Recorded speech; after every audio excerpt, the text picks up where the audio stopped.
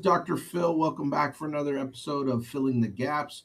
I've got another special guest for you here today. This is Dr. Jodie Sung.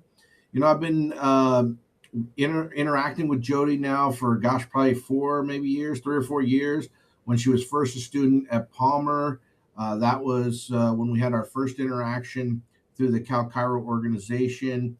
And then just continue to develop our relationship at Life West and that type of stuff. And here we are now, both in practice and getting even to know each other better. So, super excited to have you on today. I wanted to talk a little bit about just your experience, as a new practitioner. I think that's important for a lot of the people that I work with to understand just your journey. I think that's been super cool to see. So yeah, tell us a little bit about yourself and where you're practicing and those kind of things. Yeah. Hi, everybody. I'm Dr. Jody. My pronouns are they, them. I am a chiropractor down here in Los Gatos, California. I specifically work with the queer trans community along with like the neurodivergent community as well as the roller derby community. Um, Well, I saw what that. I saw that you're doing a lot of roller derby stuff. That looks cool. Yeah. Actually, the person who did my branding reached out to me and because they had a home game and they were looking for sponsors, and I thought what a cool opportunity it would be to be a team doctor for a roller derby team, and that has been such an amazing journey. And also, it's been really cool to learn about the sport. I didn't know it was like a huge thing many years ago, and now it's kind of like resurfacing. So um, we're talking about going from graduation to deciding to become a business owner or an associate, and that is a really tough decision. I think when you're in school, you try your best to plan ahead. You are trying to set up connections. You're thinking about, is my preceptor going to turn into an opportunity? Or am I going to do my preceptor to learn as much as I can so that I can start my own business? Right. And it's great to get that experience. And I think when I was in school, I really focused on becoming a really good adjuster and becoming really versatile in my adjusting. And while that brought a lot of value, it also showed me a lot of like what I did and didn't like in business. And if I can take on being a business owner, or maybe if I by graduation I didn't have a like solid plan, or if I just needed a little bit more guidance, I think being an associate was a fantastic route. Um, when I was in school, um, I did have a plan, but it didn't go through, and I didn't see that as like a moment of like, oh, like I don't feel worthy or like I'm not good enough as a doctor. I definitely took that as like, okay, that's fine. And I think the people that I want to serve, the way that I want to serve is something that I think only I can curate myself. And I think that's what's a really big thing, especially like in this area. There's a lot of chiropractors. It's a dense area full of chiropractors. Sure.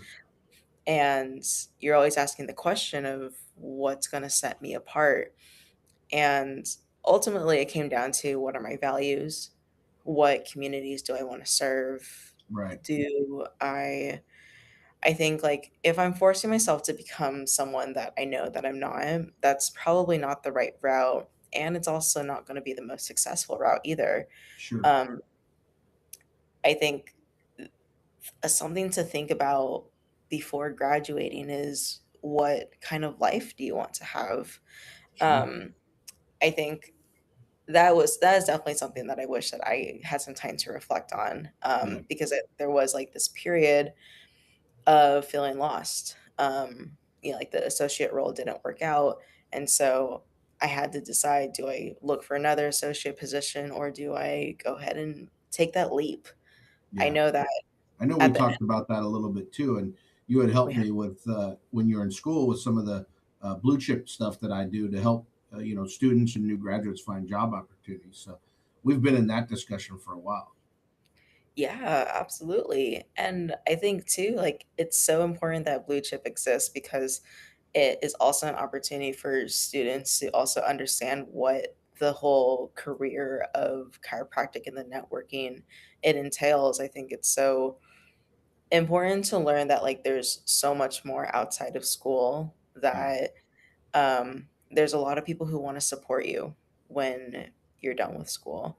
yeah, um, yeah, I remember those first conversations, you thinking about Blue Chip, it starting to come to life, and yeah. like look where it is now. It's thriving. It's doing so well. Um, We're getting there. We're getting there. yes. Um, yeah, I think like when it came to deciding becoming a business owner, I think I knew that at the end of the road, at the end of all of this, I know that I wanted to have my own practice. Yeah, And there are a lot of decisions that you have to decide, whether that's like financially, marketing, the location you want to practice in. sure. All of those things are a lot of components to think about. And also deciding that, like, I am the owner, I'm the chiropractor, and I have to wear all the hats that are involved in that. Yeah, Um, so learning how to do taxes was really tough.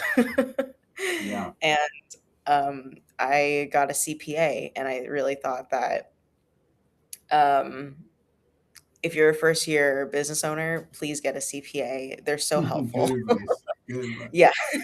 Well, I want to talk about a little bit about how you've created awareness for yourself too. But I want to ask you like a serious question because I know you said you really are passionate about serving the trans and queer community. What advice would you have for people about serving that community better? Or, yeah, if that, I think that would be that's a really important topic. I think to talk about at this point. Absolutely. And thank you for asking that question. Sure.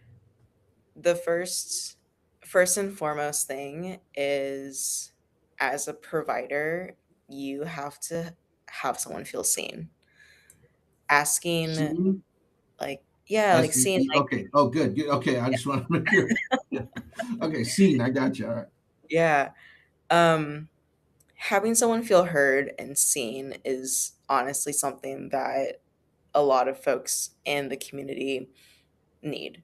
Sure. Um, there's a lot of um, there's a lot of education that you could do, and like there's a lot of resources online, and I do think that the best way to find the right places to learn about this is like articles and educational websites that are made by queer trans people, Sure. because they're sharing their experience, and then this is what we're hoping to let the public know. And like with my intake forms, I always ask like, what is your preferred name? What are your Sure. pronouns? And sometimes if people don't share that, sometimes I'm like, hey, I'm Dr. Jody. My pronouns are they, them. What are yours? So And I when think, someone says that my pronouns are they them, in my interactions with them, or in let's just say our interactions, what's the best way to like I guess describe somebody because you're hesitant to say the wrong thing or do the wrong thing, right? And I think it just from my perspective, just coming from a place of respect and trying to be build rapport, and care for people, like you said, the best I can possibly care for them. How does one navigate that landscape so that you don't offend somebody or you don't make them uncomfortable or that kind of thing, right? yeah, absolutely. I think that coming from that place, the best thing that you could do is like try again and not like sit in the moment of like, "Oh my gosh, I'm so sorry. I like," and then like go down this whole story of why it's so hard, when it then becomes you, and they take care of you. Gotcha. And yeah, I think like the thing that would be offensive is that like you didn't try, or that there's no attempt in making sure that like you are using their pronouns and things like that. And like it's definitely a learning thing. Sure. Like a lot of folks who are in my life had a hard transition with that. But now that they verbally say it more, now that they practice it, it kind of becomes kind of an unconscious thing that happens. And What's the words, the terminology, or the conversation like if you were going to script it with somebody that this is awesome, by the way. I think this is a great conversation. Hopefully this is helpful to a lot of people. So yeah, yeah, like what's the terminology or the script that you would use in that scenario, or that you've used maybe with your circle, like you said? yeah. The terminology is using pronouns, Okay. and pronouns are helping a person feel more identified with who they are. Okay. Um, this is gender, not necessarily sexuality. Sure. And the script that I would use, like if let's say, um, let's do this as I'm the provider and I Okay. accidentally misgender somebody. And that happens too. Like people also in the community, like they also change their pronouns. This is Sure. a way of not necessarily expression, but it's an identity. And so if I accidentally use the wrong pronouns and they say like, "Oh, actually, I use these pronouns." I would just say Okay. like, "I'm so sorry. I'm going to like either make a note of that or just be like, I'm going to try next time to use those right pronouns." I see. Um, kind of like doing this transition of like, I have received the information and I'm going to practice it.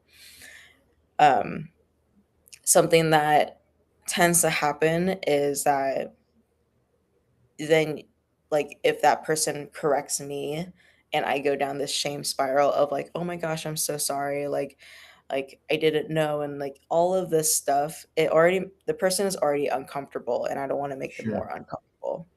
And so it's a little bit more of like an acknowledgement and let's keep going forward and I'm going to go ahead and move forward in the direction that feels the most comfortable for you. Um, my practice is very much under the umbrella. It's about creating safety and Sure. um, being trauma informed too.